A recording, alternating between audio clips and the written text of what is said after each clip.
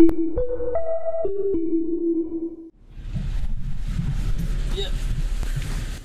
Halo Mas Albert. Iya. Apa kabar Halo. Mas Albert? Baik, baik. Oke, hari ini kita jalan-jalan nih Mas dengan Hmm. Kia Sonet. Oke. Mobil berkarakter SUV crossover SUV yang baru saja dikeluarkan belum lama sih ya oleh Kia. Nanti kita Mas rasakan sendiri nih Mas. Oke. Gimana? Saya nggak Gimana sabar ya? nih lihat Oh, model gimana luar model? tampang luarnya tadi Keren ya? boleh ya. Boleh ya? Boleh, boleh.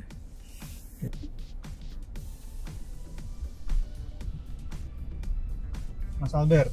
Iya. Saya mau nanya nih Mas Albert. Kalau nggak salah, saya sempat lihat tuh Mas Albert ada video klip baru di YouTube yang Iya. bicara tentang swimmer ya, apa? Oh, betul. Perenang. Kalau nggak salah tuh timnas ya, Pak? Tim nasional, Tim betul. nasional ya. Iya, Nah itu bisa ceritakan tuh, Mas Albert. Kenapa bikin video seperti itu gitu? Sebetulnya video itu kita tuh sebetulnya ada kerjasama dengan Oppo Indonesia. Oh, gitu. Iya, jadi lebih ke kita mau mengajak masyarakat Indonesia ini untuk lebih ke healthy lifestyle-nya lah. Oh, Gitu, begitu. iya. Jadi supaya ya olahraga ini sebetulnya sudah harus menjadi habit. Jadi Habit. bukan lagi yang pilihan gitu. Artinya kita boleh enggak, boleh iya gitu. Nah, kita pengennya semua kan begitu ya. Oke. Artinya dalam gimana caranya kita ini bisa membiasakan itu seperti Singapura. Sekarang udah seperti itu kan orang-orang Singapura sekarang.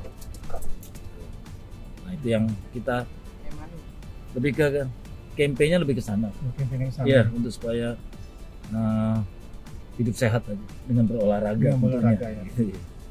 menggugah orang supaya hidup sehat dengan olahraga renang Betul. terutama. Iya, dan renang ini memang kan olahraga yang bisa dibilang yang paling sehat ya. Oke, Karena iya. memang kita ini kita resiko cedera itu sangat-sangat kecil ya. Oke. Karena kita tidak melawan gravitasi. Yang pertama. Jadi kenapa kalau orang cedera atau sudah tua biasanya disarankan olahraganya apa?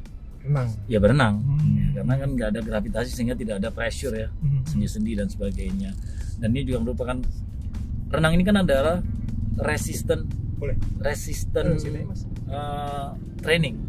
Resistant training artinya hanya berenang aja itu sudah bisa memperkuat otot-otot dan tulang dan maupun sendi kita gitu. Katanya banyak otot yang Terlatih ya betul dari itu ya. ya, karena kita menggerakkan banyak sekali otot sebetulnya di dalam tubuh kita ini.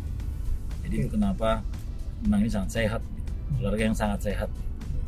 Nah, Mas Albert kan dulu sebelum jadi pelatih adalah seorang atlet, Mas Albert. Iya. Cerita dong Mas Albert tentang perjalanan karir renangnya ini, Mas Albert.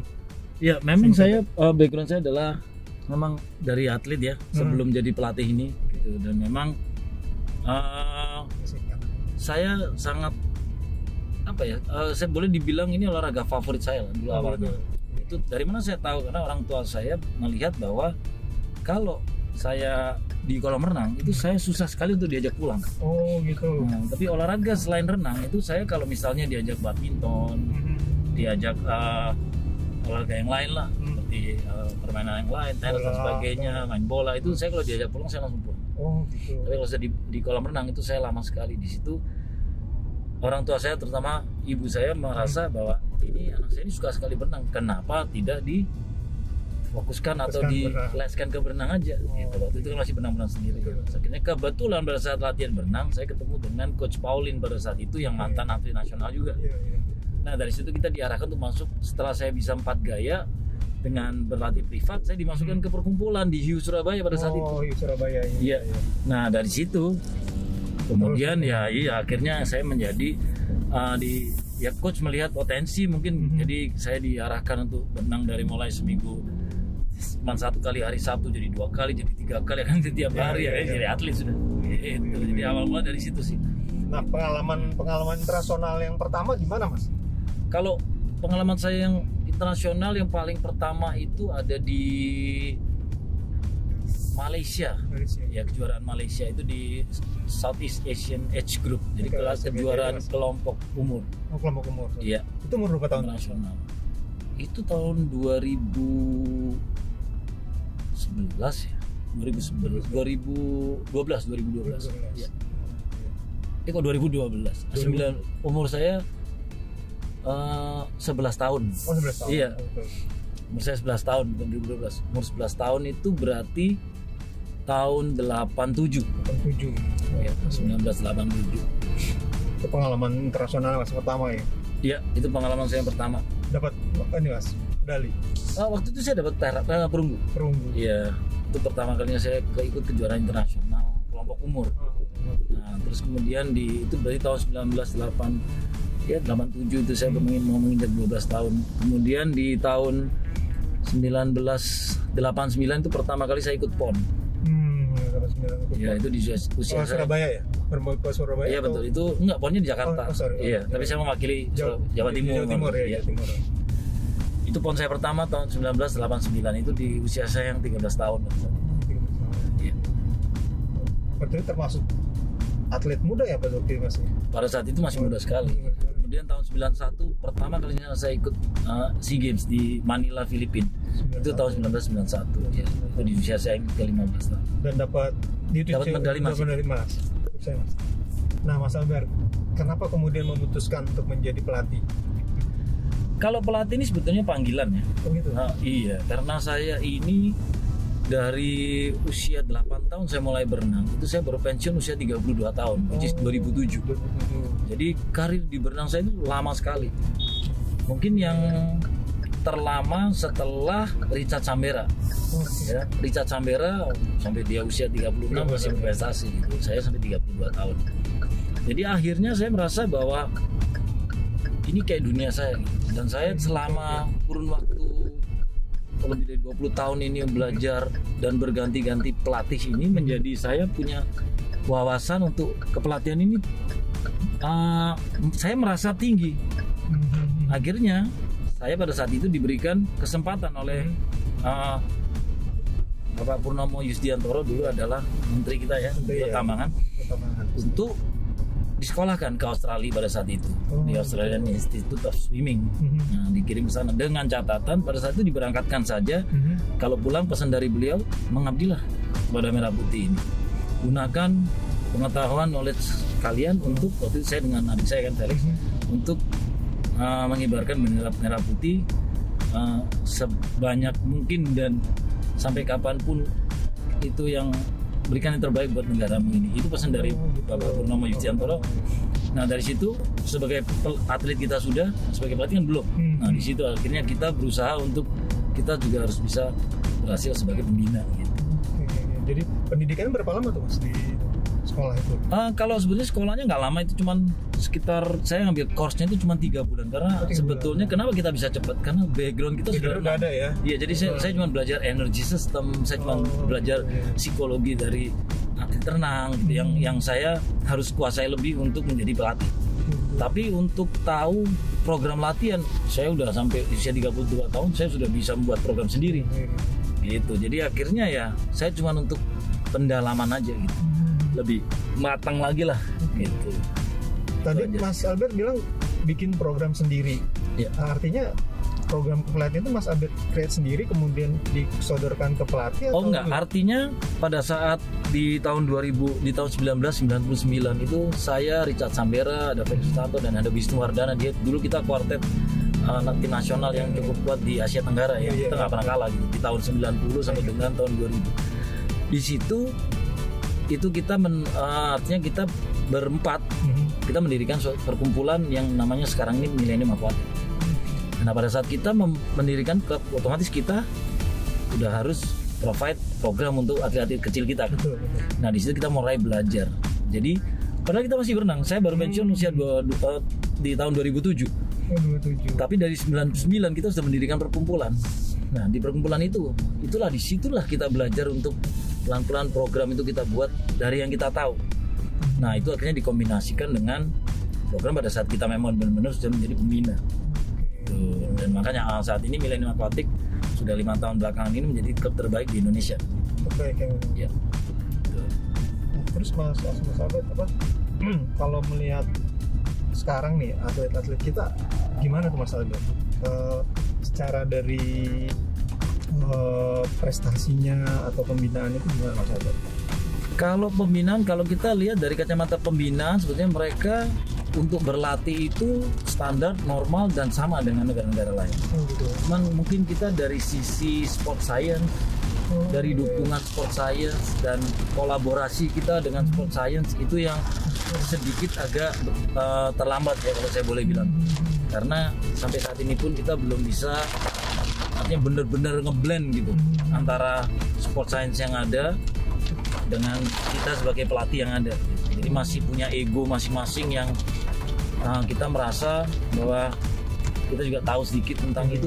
Nah, tapi tentang sebenarnya kalau melihat orang Indonesia sendiri Mas, untuk yang atlet yang akan berkecimpung di dunia renang dengan potensi SDM yang ada nih sekarang ya, itu bagaimana Mas Albert melihatnya nih? Kalau saya lihat ini kan renang ini luar biasa sekali, artinya animo masyarakat itu luar biasa sekali. Kalau kita mengadakan suatu event, kalau kita bicara Indonesian Open Swimming Championship atau IOAC, biasanya kita di bulan Desember setiap akhir tahun, itu pesertanya tidak pernah kurang dari 1.000 orang.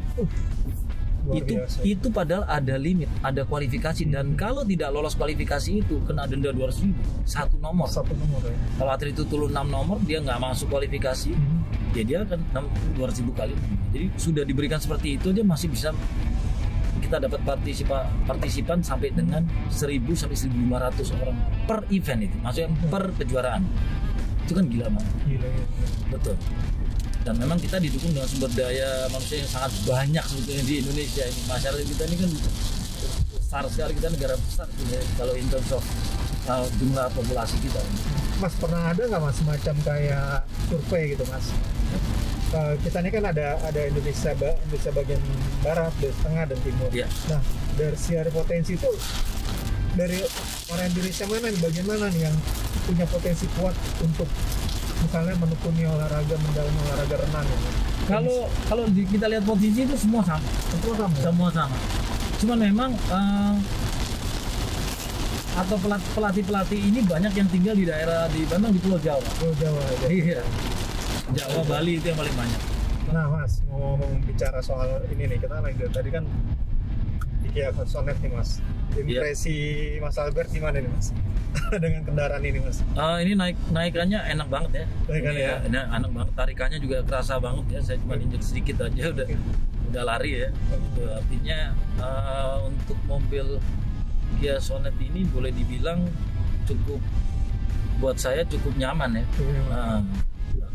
Bahkan saya ada keinginan gitu untuk punya sih. Karena terusan sebelumnya saya juga pernah pakai Sportage kan. Oh, sebelumnya pernah pakai Sportage ya. Iya. Dan happy Mas ya? Happy. Saya cukup lama pakai itu, tapi memang saya punya saya berusaha untuk setiap 5 tahun saya ganti. Oh gitu. Iya gitu. Nah pada saat itu memang yang baru keluar pada saat 2017 ke 18 itu memang lagi booming Toyota Rush, terus ada Expander kan, akhirnya saya pindah ke sana. Tapi saya lihat ini fitur di sininya juga ya. Iya. Asik banget kan. Muter sini. Iya. Ini keren banget sih interiornya juga. Iya. Tapi memang Kia itu desainnya, kalau luarnya tadi top lah. Top ya? Kalau luarnya top. Ya.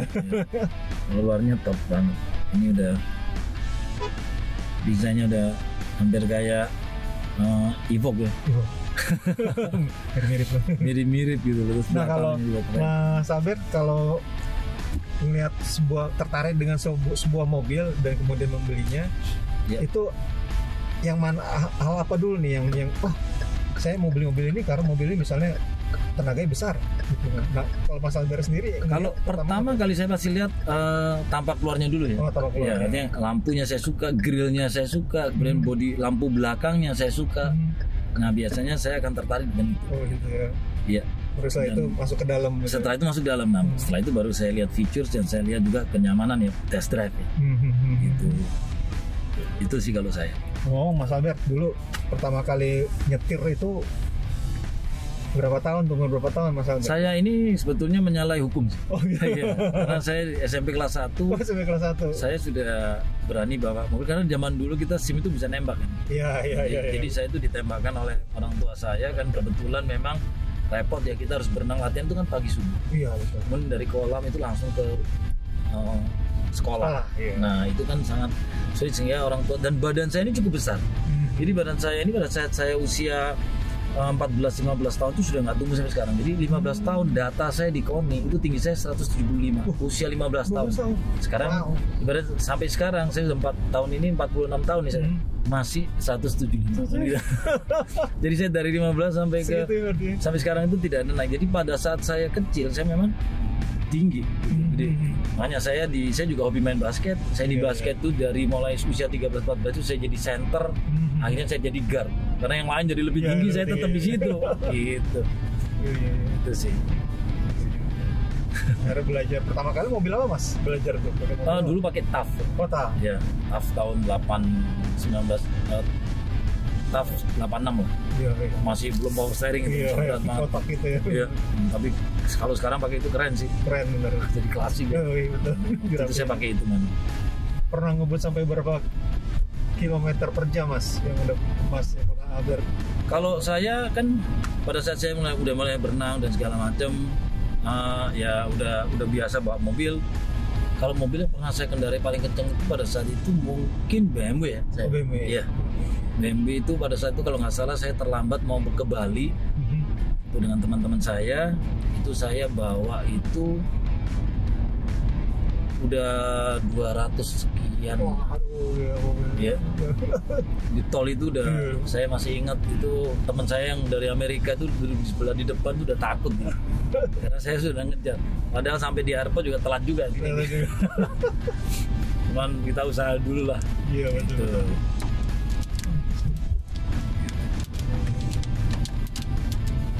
Lumayan lah 200 itu. Kalau Mas Sabar sendiri lebih senang mobil apa mas? Mobil sedan kah? MPV kah? Kalau saya untuk hari-hari saya lebih suka seperti Sonet ini. Oh Sonet. Iya. Karena sportnya juga bentuknya juga mirip gini kan. Mungkin agak sedikit lebih tinggi gitu kan. Jadi saya lebih suka mobil yang agak tinggi kalau untuk keseharian saya gitu. Dan kalau untuk mungkin untuk nyantai di weekend saya lebih suka pakai sedan gitu. Kalau keseharian ini kan kita hujan segala macam, medan yang jelek kan kita terabas saja. Ini akhirnya hujan juga ya udah. Ini kemarin memang panas. Ya, dia udah mulai transisi. Mulai transisi. Ya. Hujan enggak. Kalau panas. Nah, untung kita latihannya sekarang kan di GBK Senayan kan indoor. Udah indoor ya. Nah, masih outdoor nggak pusing. Oh dulu pasti belum indoor kan mas, zamannya Mas Albert. Nah kalau kondisi kayak gini gimana mas? Ini kalau deras sekali ini kita biasanya berhenti latihan. Oh gitu. Atau ada kilat, ada pokoknya dengar geluduk kalau udah terlalu deket aja sudah kita naik. Oh gitu. Jadi artinya antara kilat dan suaranya itu bedanya kurang dari 5 detik, biasanya pelatih udah bilang naik dulu. Oh gitu. Karena takut terbuka saya. Karena ada kejadian di Jambi kan. Kena juga kan. Jadi dari itu tahun 80-an itu kena, jadi itu saat itu ya peraturannya jadi seperti itu, dan saya rasa di seluruh kolam terbuka akan seperti itu. Kalau hujan deras sekali itu kita takutnya view-nya dari lifeguard tidak sanggup melihat ya. Sehingga bisa diminta untuk naik. Yang kedua adalah itu tadi, kalau ada kilat, ada bunyi geledek, biasanya kita disuruh naik gitu. Ya kalau ini kan baru dibangun kan pada mau Asian Games. Iya betul. Jadi saya sampai jadi pelatih pun juga masih ngelatih di tempat terbuka sebetulnya. Ini GBK ini dibangun kan gara-gara Asian Games. Iya betul. Jadi pelatnas tahun 2016 itu kita dipindahkan ke Bali. Karena di sini lagi dibangun ya, direnovasi. Oke, demikian tadi perbincangan kita dengan Mas Albert Sutanto, atlet renang dan juga sekarang menjadi pelatih renang di tim nasional Indonesia. Sampai ketemu lagi di video berikutnya. Jangan lupa pantau kami di motorone.com Indonesia, juga pantau kami di sosial media Facebook, Instagram, Twitter, dan TikTok. Sampai ketemu lagi di video berikutnya. Mas Albert, terima kasih. Bye.